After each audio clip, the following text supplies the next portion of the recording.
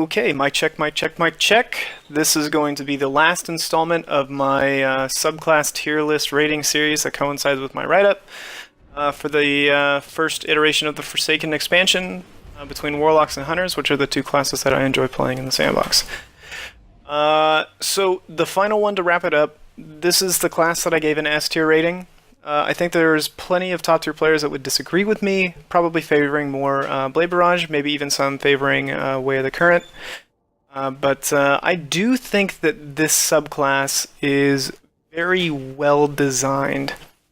The Smoke Grenade doesn't do all that much, but it can lead to some assists, and it can lead to putting out damage on extra targets. The Empowering Strike doesn't really do much in PvP, and a lot of people will say that that's irrelevant. If you look at the Super Spectral Blades, currently is not performing ideally for most people's standards in the sandbox. The hit registration, which will be shown in this, can be affected by latency and can be affected by other issues that may pop up in the game, and sometimes the hit registration is a little off every once in a while. But outside of that, the reason why I put this one so high up on the tier list for the S tier rating for Hunters during the Forsaken expansion and the new content that's out there is because of the well,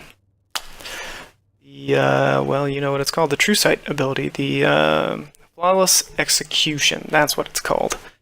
That's what it's called, Flawless Execution. So when you get a headshot, you activate the ability to see through walls.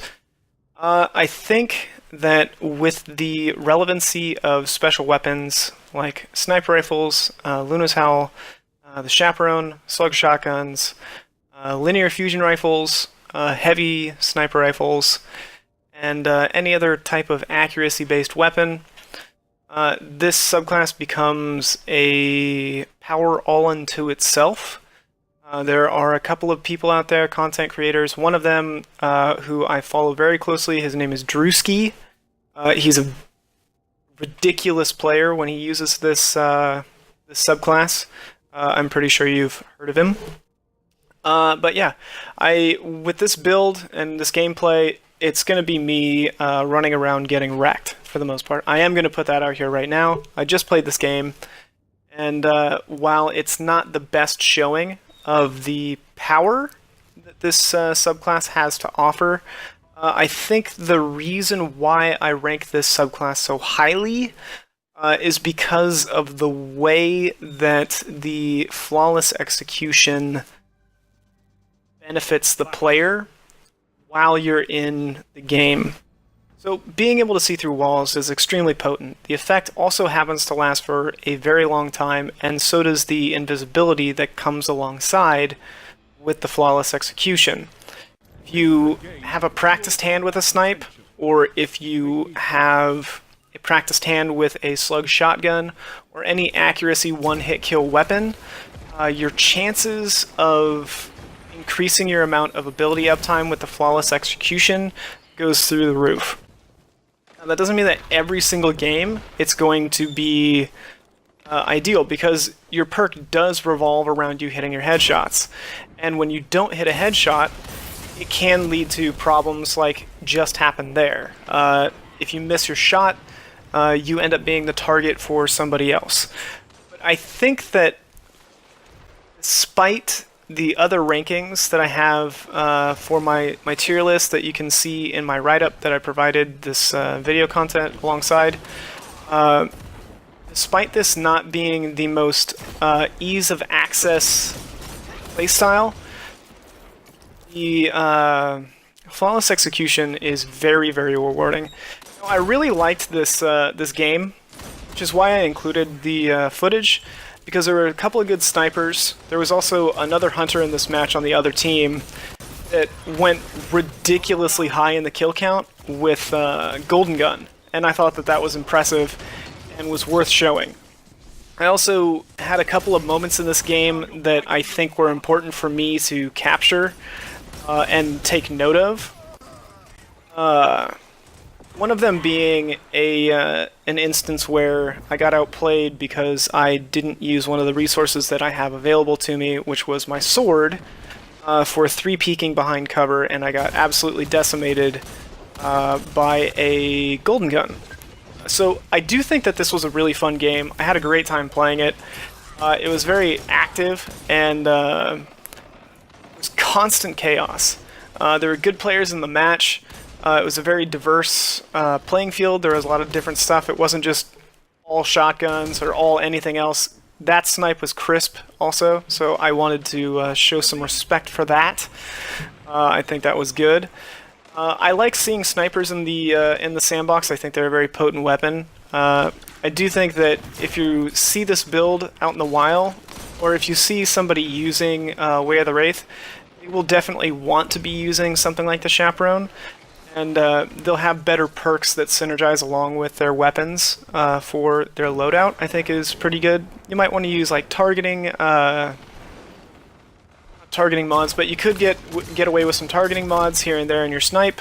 I use a targeting mod in this sniper, but precision targeting in your helmet, sniper targeting or shotgun targeting, all those kinds of things are very beneficial in order to maximize your ability uptime with this playstyle. It's pretty common knowledge for everybody to know that, but I'm just kind of putting it out there again just because something to talk about, I guess.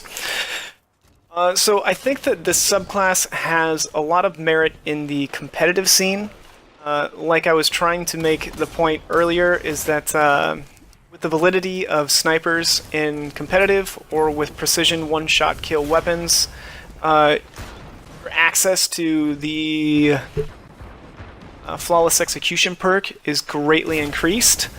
And in a competitive venue where knowledge is key, there's nothing that really compares to the flawless execution perk.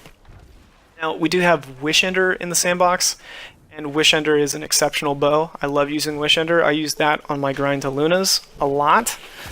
I think just having a mechanic built into the subclass gives you a little bit more flexibility, and you're not entirely locked into using only precision weapons. You can use pulse rifles, you can use auto rifles, you can use other weapons that are in the sandbox to generate the effect of the flawless execution. But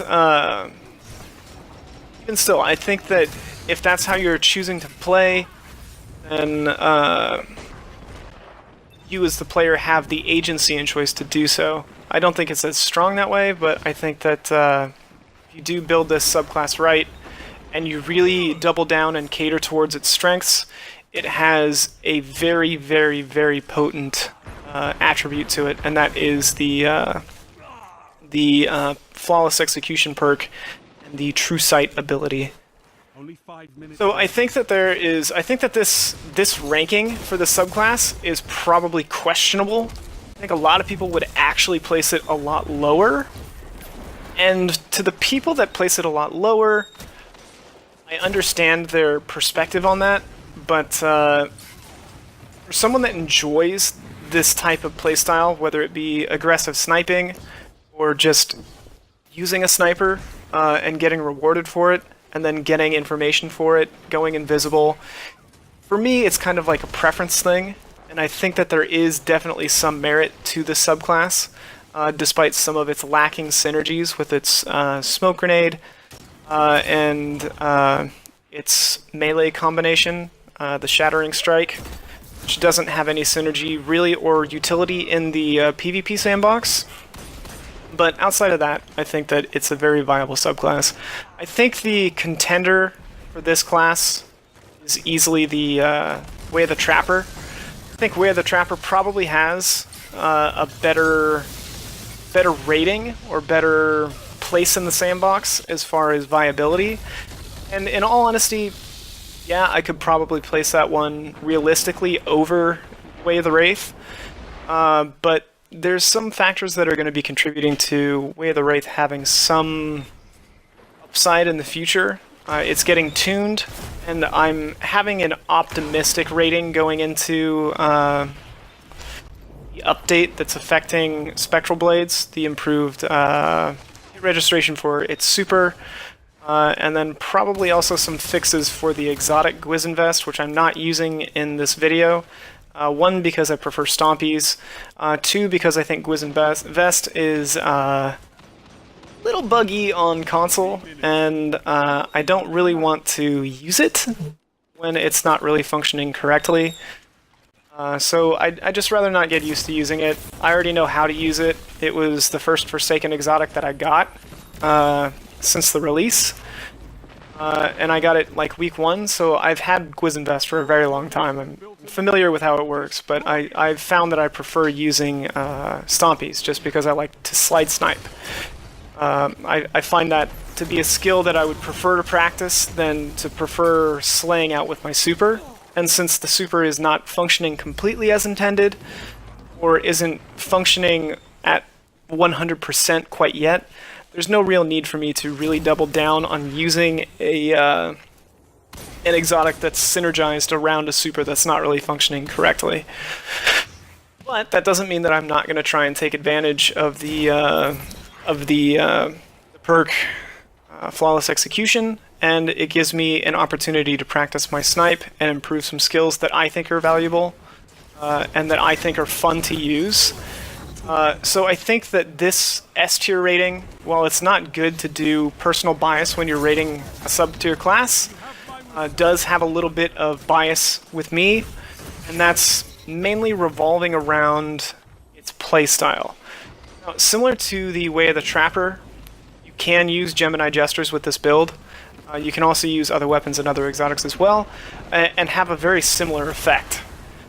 Jesters and this strategy could be very useful, because dodging while you're invisible with the True Sight perk doesn't decloak you, and then you can really get into the enemy territory once you activate a perk. Once you activate a Flawless Execution, get up in there, dodge with Jesters, and then abuse their radar. So I think that there is merit to the subclass if you really do a lot of theory crafting. While that isn't really what I'm showcasing here, I'm showing more of an aggressive side of this build, and also not doing it very well. I think I kind of floundered around in that game, and while I hit a couple of cool shots, most of it was kind of chaotic and nonsensical, and that's not really how you want to be playing when you're using this subclass. I think you want to be a little bit more methodical, a little bit more precise. I think you want to take your time a little bit more and really take advantage of the information gains that you get. But it is getting late. Technically, it's 5 in the morning for me. Actually, no, now it's 7 o'clock in the morning. So last time I checked, it was 5 in the morning. And for me, I would like to wrap up this video series and my discussion for the tier list. I really enjoyed working on this project. I really enjoyed sitting down and thinking about the subclasses and where they rank in the sandbox. I really enjoyed taking everything apart and comparing it, and then thinking about all the different lines of play that are available to it, and then comparing it to my builds and my play preferences and what else is in the sandbox. So I really hope you enjoyed this series. I won't be touching on Titans because I haven't really used a Titan in Forsaken, but for now, thanks.